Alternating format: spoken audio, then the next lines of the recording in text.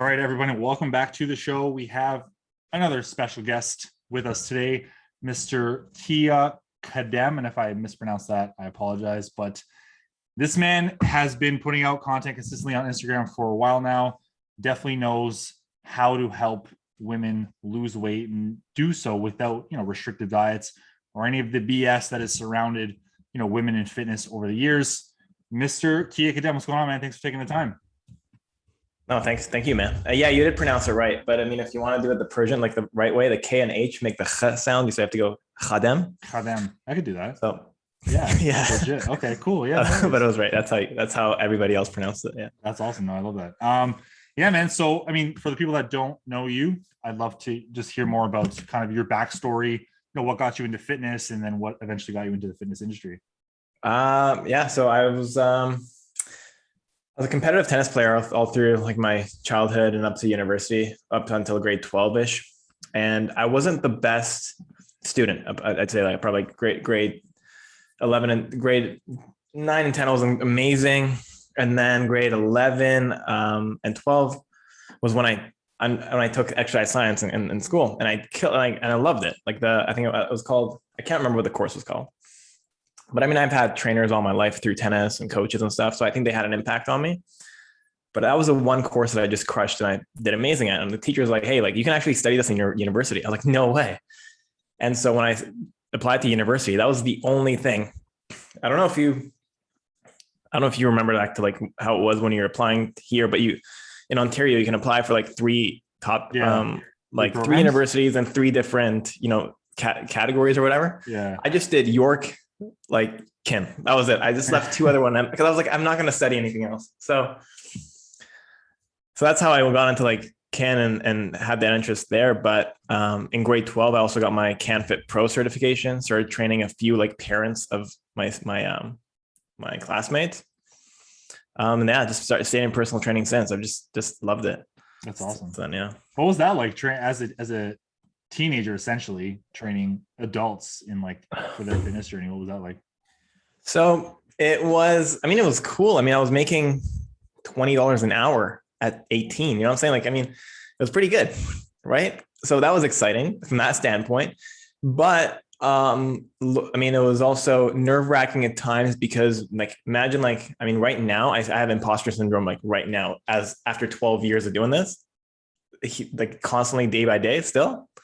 Then it was massive. It was like I was spending like probably like an entire day, every single day before their workout, like researching like what to do, how to do how to plan it, and like kind of learning as you go. Cause like a weekend course doesn't teach you anything, right? Like, and like you get the certification that helps you with your insurance, but that's about it.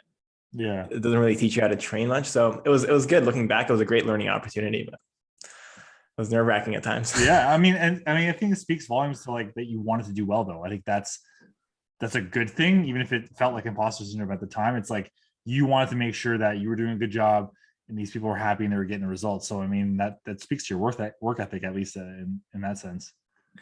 Yeah. Exactly. That's a good way of framing it, man. And right now even right now when I feel that too, it's just, it's a positive that you can draw from if you're putting in as much time, worrying, or which I'm sure you do too. Like I'll be like taking a shower, or I'll be thinking of clients, like, oh, like I should tell them that one thing, or like I'll like be going to bed and I'll be like, oh, I should make a note to like tell like so-and-so that one thing about that thing that they send in their check-in form. It's like, it's always on top of our mind, which is a good thing.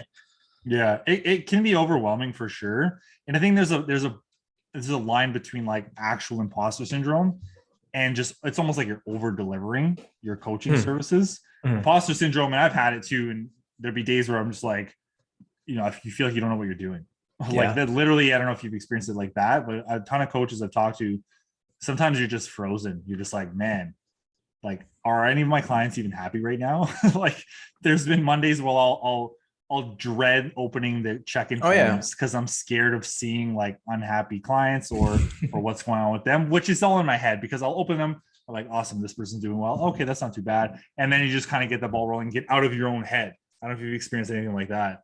Oh man, for sure. There was one thing I interned briefly under Brett Bartholomew in LA, and the one thing that I've used since he told me, and he did this apparently too, because everyone struggles with these things. Like even someone at that level, he has like a gratitude folder in his like desktop, which I've created now. So like anytime I get, like a nice check-in from someone, I get like a positive message, a good testimonial, things like that. Mm-hmm. I put them there for all those times where I'm like, I don't think I'm good enough, or like, I feel like, clients are unhappy. I'll just go to that, which is literally something that, it's trying to reframe exactly that thought that you have if you're not good enough, or, it's a false belief essentially. Mm-hmm. And then you have that other evidence to, go against that claim in your mind. Yeah. Because not every thought is actually factual, or every belief is actually factual. So, but yeah, 100%. That's a great idea. Yeah, that's something I definitely got to try, because I know we've been in the industry. I've been in the industry less than you, but I can probably go in and just rack up a bunch of just screenshots and stuff. And it's true, when you get those messages as a coach, it just reinforces that you're doing a good job, and to like get out of your own head about it. So it's something I'm definitely going to incorporate. When did you do that internship with Brett Bartholomew? That was 2016. Okay, cool. When what drove you to do that? Like, where were you in between, like, for your career and stuff like that? 2015, I got the opportunity to go down and do a internship at Altus, which is where Dan Paff and Stu McMillan. It's like a track and field. It's really essentially it's a track and field like development center. Okay, it's where the top athletes in the world and in the US go. Like that's where Andre DeGrasse went for a period of time. Mm-hmm. And then while I was there, Brett was still at Exos, where we were training out of, and I had heard him on I forget his name, the Fitcast. I forget the host's name. Oh yeah, I remember. Before that, and I followed his stuff, and I ran into him there, and we talked a bunch of times, and then he left, and I was like, man, I gotta like go and intern under him at some point. But I had Cressy come up right after that, so I had Cressy's internship after that for a few months. But I was like, at some point, I definitely have to go back and connect with Brett. So I messaged them, and I was like, hey, like I got to come out and like see wherever you are. But he ended up going to LA. And that's where he was briefly. So I went there for a while. So that's how it kind of came about. Cool, man. That's pretty awesome. So it sounds like your career really changed like over the last 5 years, because, right now, predominantly, and correct me if I'm wrong, that you're working with women in weight loss. Whereas 5-6 years ago, was your coaching more geared towards athletes? No, I was just working with everyone. What I tried to do was, this is my mentality before. I was like, I'm going to go to these like Altus where the athletes train. I was like, I'm going to see what the best athletes in the world are doing and the best coaches, and somehow distill a few things and simplify it and bring some principles down to the general pop. Okay. Yeah. And then Cressy was like, it was all ages. I mean, we were working with kids up until, I think 10, 12-year-olds at times, up until, 50, 60-year-old clients. Mm-hmm. So we had a wide range there. And then Gen Pop was also in LA as well. But the reason I transitioned to women as of a year ago, like exclusively, if you want to go into that. Yeah, go for it. Yeah, for sure. I was training, everybody. Like when I was in person personal training, I was training everybody, every walks of life. And through those 10, 12 years of training people, I just found that I connected with the women that I enjoyed training. The women I used to worked with, I enjoyed my time with them like a ton. Mm. And mainly because of this, the transformation that I just saw in their persona, their confidence, their demeanor, the outlook towards like training, lifting heavy, the way they should eat, all those misconceptions. You got to do a ton of cardio. You got to do like Orange Theory every single day of the week. Don't lift any heavy weights. You're going to get bulky. Right. And then like being like, damn, them getting excited about doing a push-up or doing a pull-up, or like lifting, 2 plates off the ground, or even benching 125, or even 95 pounds. Yeah. And those changes, those were like so exciting. And in that time, my mom was 55 5 years ago. And then she was a yoga instructor all her life. And I was like, Mom, you got to like start strength training. Like your bone density is important for your bone density. It's more for your muscle mass. And she's like, no, I don't want to do it. And my mom was always, struggling to look look toned and lean and like be confident with her body and like hey, kind of like wear swimming suits on the beach and all that stuff. But she was always slim. She was always trying to do a ton of cardio and do a ton of yoga. But from 55 to 60, like her body transformed so much. Everyone's like, oh my God, like how did your mom get so jacked? And then her friends are asking her what she's doing. And then she's feeling confident. She's like, I don't even have to do as much cardio. And that was also the second catalyst in me being like, hey, I really want to focus on helping more women. Mm-hmm. And thirdly, it's just, even friends or, friends who have become clients, people our age, not just the older population women. Yeah. But I think like, just trying to, I just feel like there's so much more. I know guys go through this too. Like we have a lot of bad information come at us, but I feel like it's way more targeted at women. Like It's really like all the things you see on Prevention Magazine and like Dr. Oz's magazine on the checkout counter. It's all geared towards women. You know what I'm saying? Like, and so just so it just inspires, it motivates me a bit more to, work on that side of things. And I just find other guys like yourself, like other coaches that I know can help guys way better than I can at this point. Like because of where my passion lies. Right. That's fair. Yeah, no, I appreciate you sharing that. And you make a really good point. And I think most of the fitness industry in terms of Gen Pop is geared towards women, and it's good and bad because they do face so much bullshit. Like there's so I'm glad you brought up the checkup counter, because like Women's World magazine is like my most hated thing to see, because it always is the most ridiculous, like drop 30 pounds in 2 weeks. And I'm like, what is this? But they know their market, they know their target audience. It's unfortunate that it's a whole terrible misinformation. So I'm glad that we have coaches as yourself who are really just niching down and helping these women overcome those headlines and just really things they don't need to do. And you alluded to it earlier, and I want to talk about that as well, as self-limiting beliefs. And I know for a fact a ton of people face this in their own fitness journeys. Have you found that working with women, they have that as well, in terms of, like you mentioned about your mom not wanting to do strength training? Do you feel like they're worried that if they give up cardio, they're going to gain a bunch of fat? Or do you feel like they can't kind of reach their goals? Have you had conversations like that with women? Yeah, tons. Different. Like you have that from, them not wanting to get like bulky. That's one. But I always tell them, I'm like, hey, it's not going to happen overnight. Like it's an experiment. Like you're not going to wake up one morning and like you're not going to fit into your t-shirts. It's going to be very, very gradual process. And if it ever goes that way, like we can always like tone it down, but I'm like, just trust me. Like no one's ever come to me and be like, hey, I got too jacked from lifting weights. But I always make this, it's a meme that I saw on probably teenage age ago. I was like, lifting weights doesn't make women bulky. Too many cupcakes does. So I'm like, no, as long as you're getting leaner, like it's going to look tighter. It's crazy. So I just say, through experience of, you're going to learn that. I can't tell you that until you go through it yourself. Yeah. So that's one thing. The other one is women with like, perimenopause, menopausal women with PCOS, hypothyroidism. They also have a ton of bad information coming at them too. Like, and that calls like, oh, I'm going through menopause, therefore I can't, like it's impossible for me no matter what I've tried. Mm-hmm. I have PCOS, therefore I'm doomed. And it's kind of self-fulfilling prophecies. Like, yeah, like if you believe that and someone's told you that, especially I don't know if you've read something online and like, hey, like for PCOS, like you definitely cut out gluten or dairy, and they cut out those things and they're like, oh, I still can't lose weight. They're like, okay, it's my PCOS. Like I definitely can't do anything. And so if they bought into it a lot over time, it's hard. It takes some time to convince them to be like, hey, like believe in the process, trust the process. You don't need to do anything like super crazy different. It's not that much of a difference between you and like a non-PCOS woman in terms of your ability to lose fat.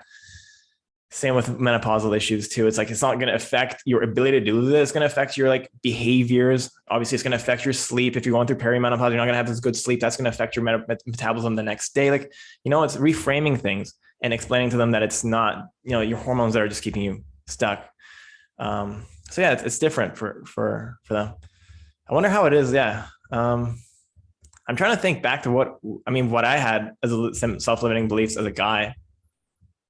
Trying to get, it's hard to kind of look back and figure that stuff out. Yeah. For me, it was like, I've tried a bunch of different diets back in the day, and I was like, oh, I don't think it's ever going to happen or whatever it was. And, you know, I think when it comes down to it, if you're seriously attempting to lose fat and like change your body composition, that sort of thing, you have to be honest with yourself. Like that's step one. So I've lied to myself over the years. When I was younger, I'm doing everything I can't lose the weight. When in reality, I know, like I wasn't aware of my calories all the time. You know, if I was on a meal plan, I was deviating from it a lot.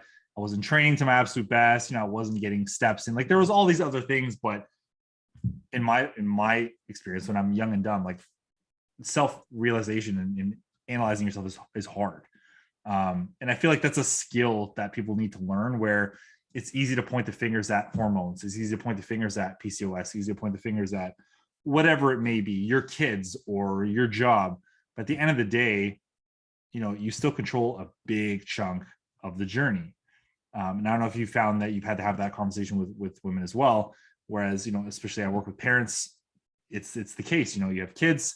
Yes, they can take a bunch of your time, and yes, so does your job. But, you know, what you eat plays a major role in this entire thing, essentially. Like the training, yes, does play a role, but I find getting them on board with nutrition is like the biggest, I want to say most important step, because in reality, you know, even if you don't train, you'll still lose body fat. 100%. Yeah. Yeah. 100%. What have you found with women in this conversation with them? Yeah. So just about, you know, being honest with yourself, like it's so funny. You and I both know this, you know, like numbers don't lie at the end of the day. Like it all comes down to that at some point, you know, like, and it's completely impossible. Let's just say for, you know, someone like above 160 pounds, for example, to not lose weight on 1100 calories or 12, you know, if they say they're eating that much, right? We know that, of course, like it just doesn't make physiological sense. But sometimes like there are things like, you know, and this is a common issue. It's like, things like binge eating, like emotional eating, purging, things like that. Like they just don't, sometimes people just don't share that with us, you know, and it's kind of hard to detect, especially online. You're like as much as you're like, hey, there's gonna be mistracking going on here and there. So that's one thing. It's like, yeah, like hopefully you can hopefully if that's ever going on, like people can just feel comfortable to share that with us early on. So we can like be like, hey, like this is like, at least, hey, we need to maybe get someone else involved in this. Like sometimes, right? But on another note though, another client one time, she messaged me like it was like 2017, I trained her, and she was like swearing up and down, like, hey, I'm sticking to my calories. Like, it's just not working. Like, I don't know what I'm doing. You know, I'm not drinking, all that stuff. Messages me a year after we're done. Hey, Kia, I've used everything that you told me. I'm finally at the weight that I want to be at. I just wanted to say something. You know, when I was telling you that I was like within my calories and all that stuff, I was actually going overboard with drinking, and I just wasn't tracking it. And I just realized that now. Wow. You know, so that's just one person. So if one person's thinking, of course, it's going to be other people too, but other things like, for example, I think I maybe got this from you, and I had this conversation with one of my clients who's a parent, maybe one of your, but it's like eating things off your kid's plate and things that you're not aware of, right? And I'm like, okay, you're saying you're eating this much, right? Like physiologically, like I'm showing you, like it wouldn't make sense for us to not be losing fat. So let's find where the holes are and let's plug them. Just think back over the last week. Do you think there's potentially a chance where you finished your husband's or your kid's like plate? Just like, oh, hey, I kind of do that sometimes when I'm cooking. Like I'll probably eat something, or they don't finish it, I'll have a bite of their food. And I'm like, I don't know how to track that, so I don't. I'm like, well, there you go. Like you're already like a smaller individual. You don't have that much deficit, right? It's both being aware, being honest with yourself, and also being aware. And that's where we come in. Like, be like, hey, like, you know, sometimes people don't understand those things add up. You know, they don't think about them because it's not like it's not their meal, but it's true. It does add up. And I grew up, I had to finish my plate. 100%. Same. And now as a parent, I'm like, I don't want to waste food because I'm spending my money on his groceries, and I'm like, well, yeah, I could probably eat it. Like I have two stomachs, you know, one for, you know, my meal, and then the second stomach usually for dessert or whatever else comes my way. But it's true. Those things add up. And I know moms especially are, I would argue, busier of the two parents of the general kind of generally, and they tend to put themselves in the back burner. which leads to less self-awareness, more just outward focusing on everyone else. In your experience, how would you help them kind of bring their attention back to themselves without feeling guilty? Because I know a lot of moms like, I'm guilty. I don't want to take attention away from my kids. How do you kind of shift that where you're like, no, we need to start focusing on you? Obviously, I'm not a parent. I'm barely even a plant mom at this point, or plant dad, I guess. But I was pretty much raised by my mom, and I just purely sent by my mom. So I've seen like a kind of just one parent on their own, like how busy she was putting herself first, and putting us first and putting herself last, and not, taking care of herself in terms of their health and all that stuff. So I have a little bit of that experience. So I'm not going to say, I know exactly where they're at, but I always say this. I'm like, it's a cliche, of course, but you got to put your own mask on before you help others. Like, you got to have enough energy and vitality to help them. Like, you want to be around, for their and healthy to when they grow up, to be able to, play sports with them, go on hikes with them, on travel with them. If they're in their 20s and they want to go like climb, I don't know, Kilimanjaro, let's just say, or like they want to go like hiking in Costa Rica.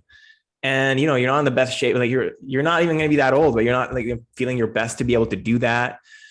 Or, things like, they've got birthdays coming up. They got, they want to go to a beach vacation, and you're not going to feel your best and enjoy that with them. Like, these are all, or you're not getting to pictures with them. These are all like missed opportunities too, that later on you're going to also regret for not, putting yourself first now. So it's either you can't serve them as well now, and later on you're going to miss out on great memories potentially, or not being around for things that, are going to matter later on. Yeah. So, I think everyone just comes to that realization at one point where they just, some parents, like, some moms just burn out. They're like, yeah, I need to like really, like, I've just put everyone else first for a while, and I just need to put myself first now and like take care of myself. But yeah, what about you? I'm curious, because I could use some help on this too. Yeah, I mean, for everything you said there, it makes a lot of sense. And actually, I haven't thought too much about like the memories thing, where I'm thinking back to like myself and how I felt over the last 5 years, because my weight has fluctuated at times between, every time my wife gets pregnant, she's putting on some pounds, I'm putting on some pounds, and once the baby's born, there's no sleeping, and then your hunger hormones are all over the place. So I'm just eating. But I've thought of that, like when you have a vacation planned, a lot of people want to lose fat for the summer and lose weight for this and lose weight for that. But there's no better feeling than being able to take your shirt off whenever you wanted to, if you're the dad, or put on whatever outfit you want at any given moment, whether it's a vacation, wedding, going to the office. It's little things like that. I think that it's hard to kind of get across until someone actually like sees either side of it, where they are super confident in that at any time, or they're really just like, I hate my clothes, I'm not comfortable anywhere, don't take pictures of me. And there's usually a triggering event that makes someone want to kind of do something about it. It's usually takes some time. Maybe it takes trial and error with them. Maybe it's they just had that beach vacation and they didn't get to enjoy it, and they want to change that course of action for the next time their family goes. And it's a big deal. And the phrase I like to use, and it's also, I mean, it's cliche, but it's still true, is you can't fill from an empty cup. 100%. Yeah. Like if your cup is empty, you're not going to be at your best. And for parents, especially moms, you pride yourself on being your best for your kids. Well, which is great. And I'm sure every mom that's listening to this is an amazing mom. But if you're putting yourself on the back burner, you can't show up as your best, because you're not filling your own cup. You're not eating the best you could. You're not getting physical activity in, not getting your sleep. Stress management is a tough one, but it's still important. So all these things, if you're letting it slide day after day after week after month, that's not your best. You're still putting it out for your kids, doing what you can, but it's not the best you can be, as cheesy as that sounds. So what I found is just trying to get them to realize, like, look, just because you take 20 to 30 minutes a day to go for a walk or go for a workout doesn't take away your ability to be a mother. Doesn't mean you're spending less time with your kids or neglecting them. The things you're doing now are only going to help them, especially those with young kids. Like the younger they are, the better it is for you to start becoming a healthier version of yourself, because they'll see the food choices you make. They'll see the exercises that you're doing. Like my son's 5, he knows about protein. Like we've talked about different protein and carbs and exercises and workouts.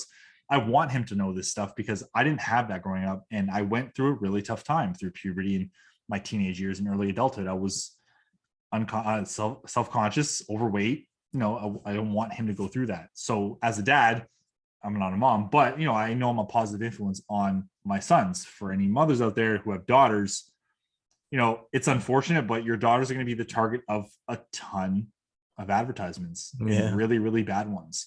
So if that doesn't motivate you to want to shape and mold your daughter into the healthy person you want them to be, it starts with you. I think that's the conversation I have with people. For sure. That's a good one. Yeah. It's not easy. And again, it takes self-realization that we're talking about too, and being able to assess what you're doing every day, because, and I'm sure you found this with clients too, is as moms, they kind of just get lost. They lose themselves in the shuffle.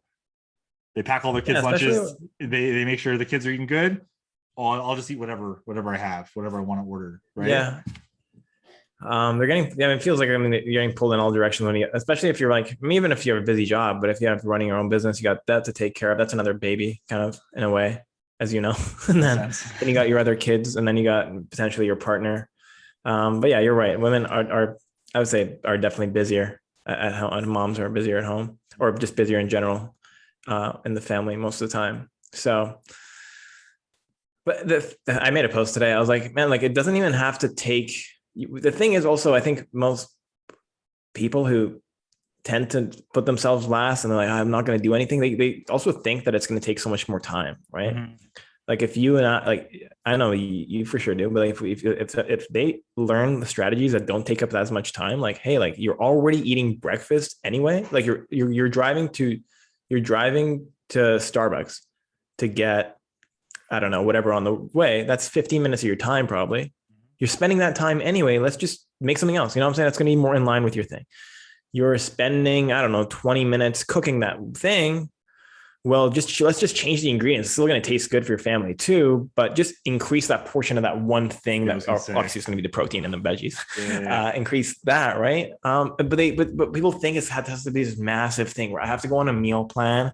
That's just for me. I have to be ready for it, and I have to have my whole grocery list. It has to come with a grocery list, so I know exactly what. No, it doesn't. And I have to work out all this much. Like, no, well, you're already like.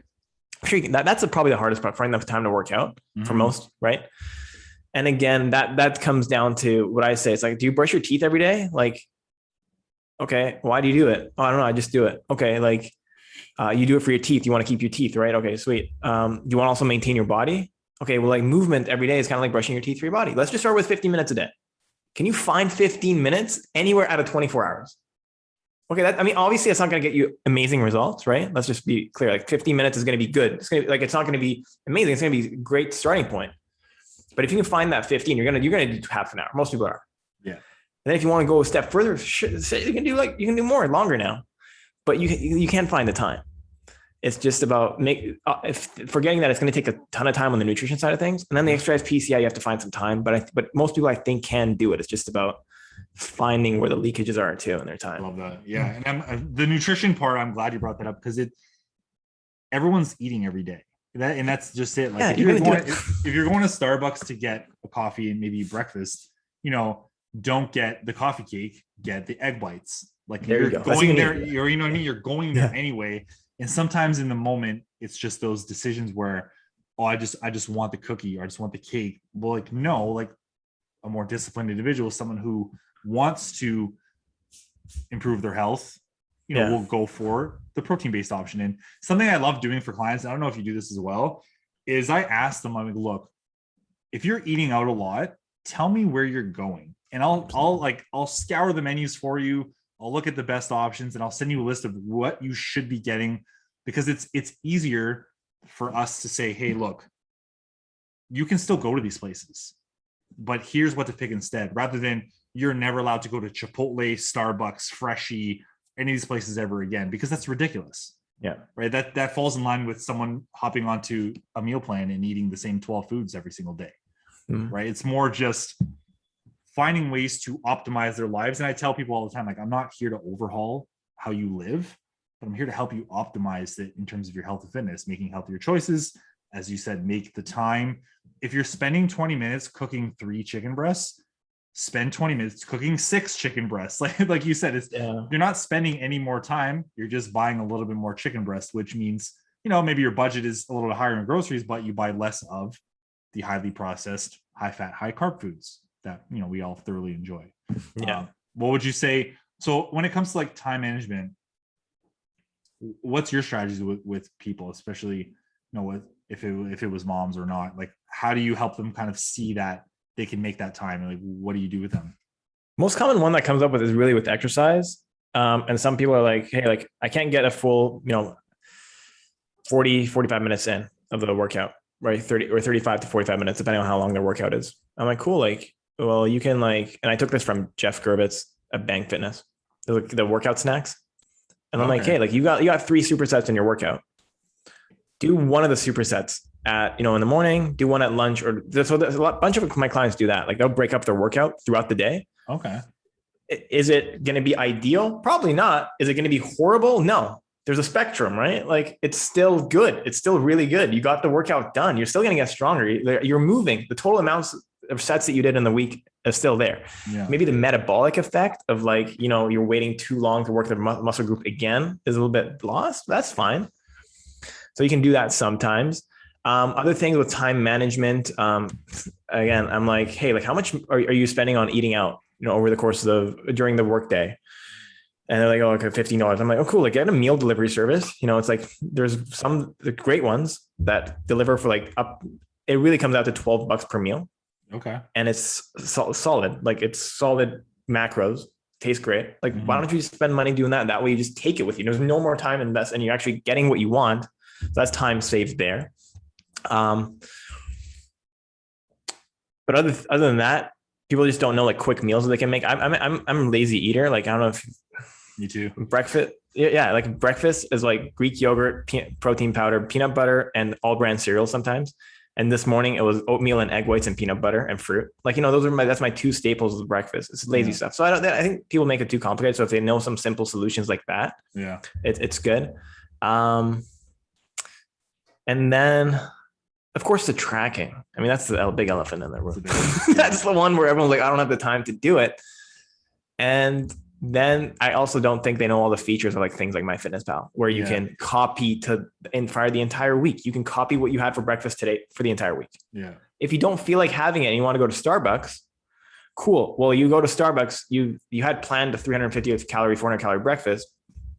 Find something within that range to have, and you're good for that day. Yeah. So finding ways to automate those things too, but it takes time. Yeah. Did you realize you and I almost had the exact same breakfast this morning? Did you actually add the oatmeal egg white thing? I had a Greek yogurt with oatmeal and whey protein powder and a bit of chocolate chips on top. So do you cook the oatmeal and then you add the Greek yogurt to it? Or so what I do is I put the oatmeal in the bowl. It's the instant packs and I just put boiling water. I pop it in the fridge for like 20, 30 minutes, take it out, add the Greek yogurt, add the protein, mix it all up together, top it off with chocolate, and then I have dessert for breakfast.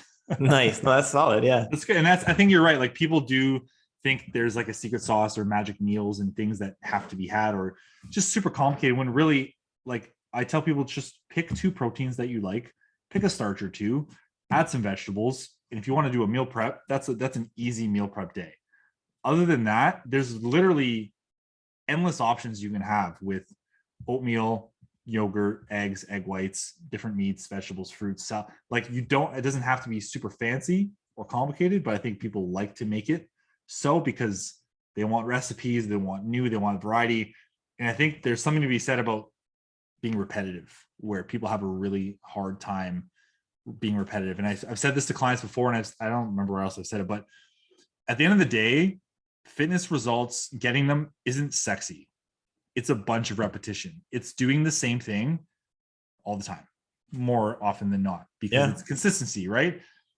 Tracking your food isn't sexy, and waking up 30 minutes early because you want to get a walk in, you can't sell a program based on that. The results you get from doing that over time, yes, but getting used to being repetitive, having same breakfast sometimes, same lunches, same dinners, repeating meals. To me, there's nothing wrong with that, but I feel like people are very hesitant to it because maybe in their minds it feels like a meal plan when they're creating it. You know what I mean? It's like this like resistance to leftovers or cooking the same foods often, when you know, it makes it easier. Decision fatigue is a real thing. Whereas if you're trying to come up with what to wear, what the kids to wear, what to have for breakfast, what to have for lunch, what to have for dinner, what to have for snack, all these decisions on top of, every other little micro decision we make, it's challenging. Whereas I like to just tell people, keep it very simple. Recipes don't have to be complicated. Your meals don't, as you alluded to, it's very easy. Who doesn't believe you? You're a parent already. I mean, I don't even have, I feel like if it's coming from a parent to another, I trust this guy. If it comes from me to another parent, like, this guy's a single guy. Like, I don't know if it's a trust. I don't think it's a trust thing. I think it's just like, they feel like they can't change themselves. Yeah. You know what I mean? It's like, again, that self-limiting belief. Like, I've always done it this way. I don't see any other way to do it almost. Yeah. But I'm saying I'd have way faster buy-in. Like I'm just saying, like, I'm sure there's going to be way faster buy-in when there's like proof of it working. It's different. Yeah. And I think that's helped me. I think switching gears to shift to parents, because they're like, you've been there, you do it. I want to learn from you because you've done it, kind of thing. Yeah. Which I struggle too. Like, I don't think people understand that. Like, some days I just want to order pizza, man. Like, I don't want to have chicken and salad. Because you're a normal human being. Exactly. And I think that's the thing, though. People assume that to get into great shape and stay in shape, you have to eat a specific way all the time. And I know your content talks about it. I talk about it a lot. You don't have to eat the same all the time. You can have the pizza, have the donuts, whatever it is. It's just, how do you go about doing it? Right? Yeah. I use that financial analogy all the time. I'm like, hey, like the calories that we give you it's money you got to spend in a day. Nice. Like if I'm giving you, I don't know, 1,700 calories, let's go to dollars. You can go to Louis and buy a bag. Maybe not, that might not even be enough. I don't know. Maybe a small yeah. Or you can go to like Uniqlo and buy like 5 t-shirts and then go to Louis and buy a keychain if you want. You know what I'm saying? Like, it's like you can have a pizza, a big ass pizza and ice cream for one meal and you'll be hungry the rest of the day. You can do that if you want. Or you can like challenge yourself to be like, how much volume of food can I fit into this calories that I have? How much vegetables and fruits and lean proteins can I add? And then stretch the budget. And then have an ice cream. Yeah. This is what I literally did for one summer before COVID. I was really busy working at Fortis Fitness. There's McDonald's like on my way home. Like multiple times a week, I would go there, get 2 grilled chicken McWraps, no mayo. Man, that's so good. And an ice cream. Because I wanted ice cream on top, but I got my protein, got my carbohydrates. I'm like, yeah, I'm going to have some dessert after. But people go to McDonald's and they'll just get, I think, what they want to get or what they're used to getting, instead of like making that little shift in like decision making. Like, I'm going to go with the chicken. And honestly, I tell everyone all the time, red meat is never worth the calories when you're eating fast food.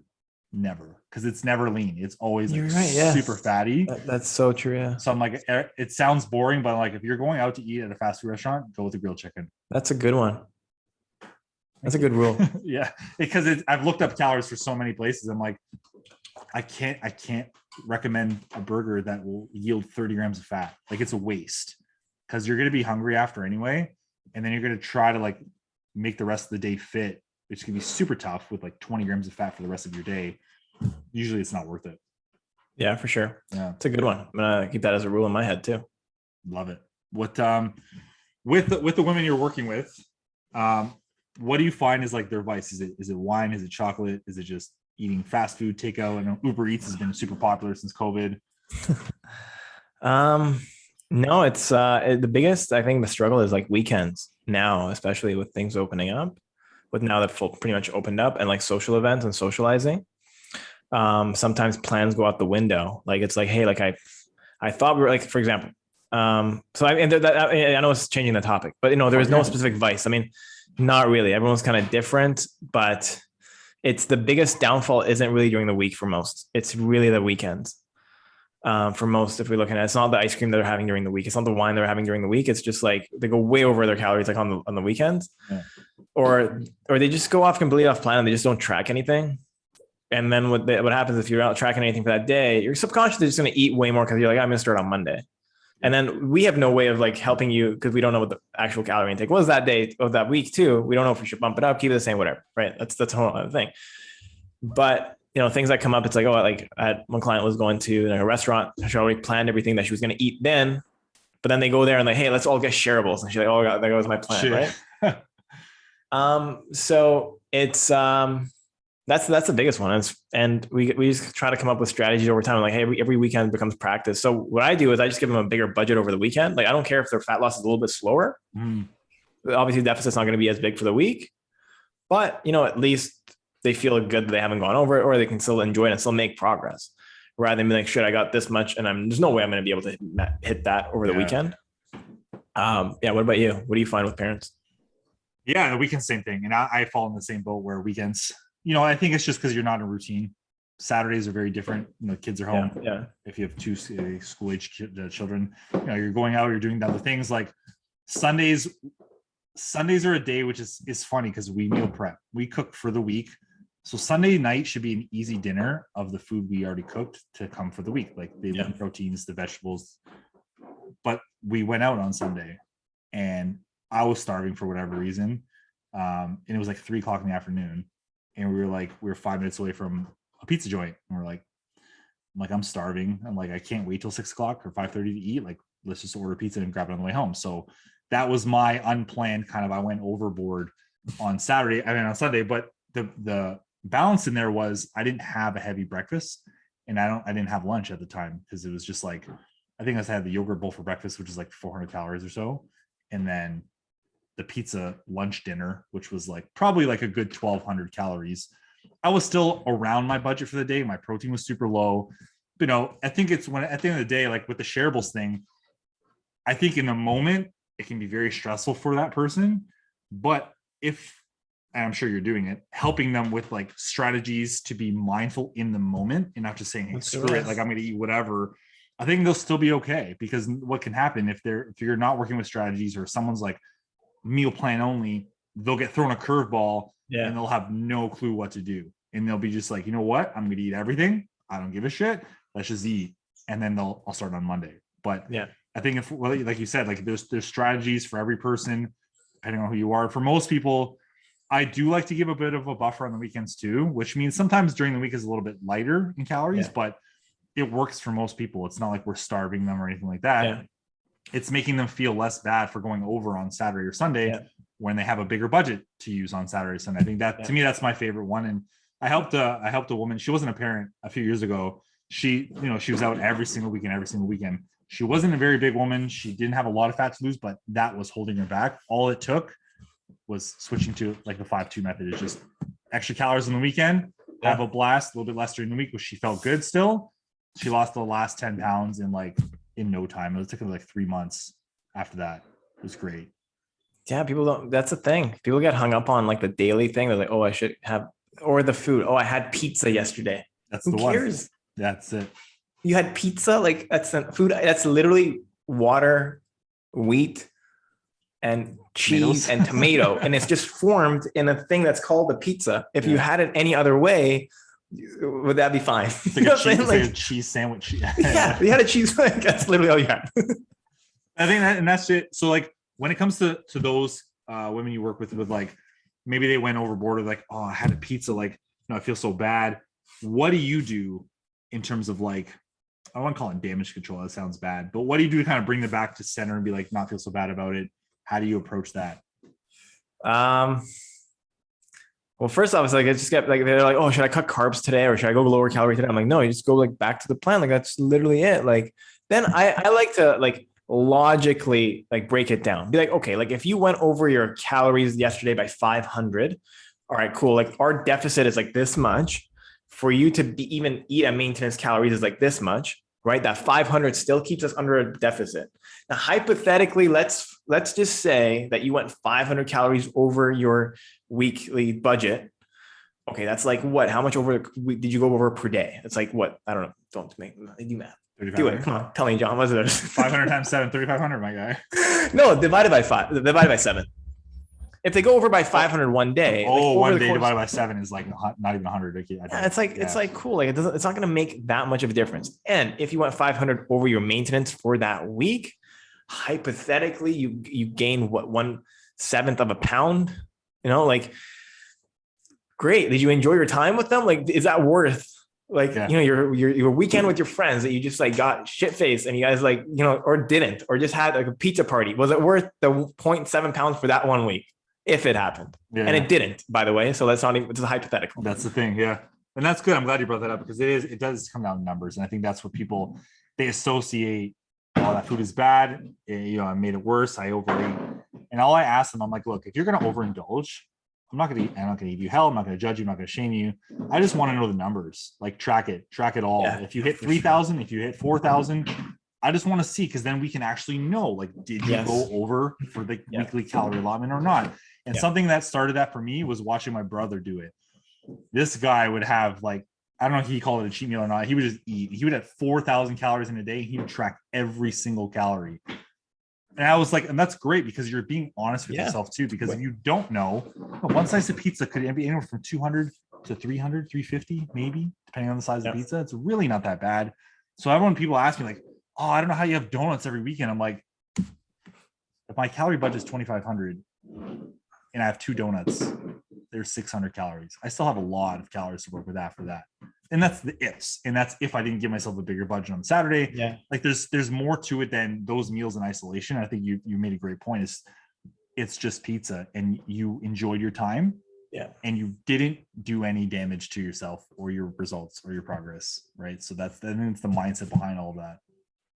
Yeah.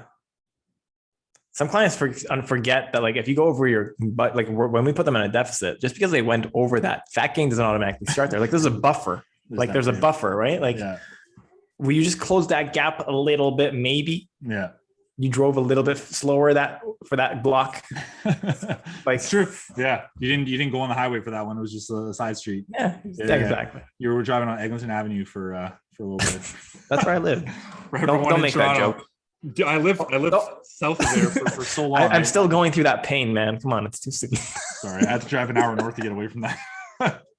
That's awesome though, man. Kia, I'm gonna have lunch pretty soon. I gotta take care of the baby and stuff like that. But this is an amazing conversation. I just want to thank you again for taking the time and spreading the good knowledge, helping women, with their fat loss, with their nutrition, with their mindset around it all. Because I think that's where it starts. Thanks, man. Thanks for having me on. And I actually learned quite a few tips from you too, from our little banter. So that's awesome. Thanks so much. Where can everyone find you? Just Kia Khadem, KIAKHADEM on Instagram and Facebook.com/that. Facebook.com/Kia Khadem. Right. And that's awesome. Thanks, man. Appreciate it. Links in the show notes. Yeah, for sure, man. Thanks for taking the time, everyone. See you in the next episode. And thanks for listening.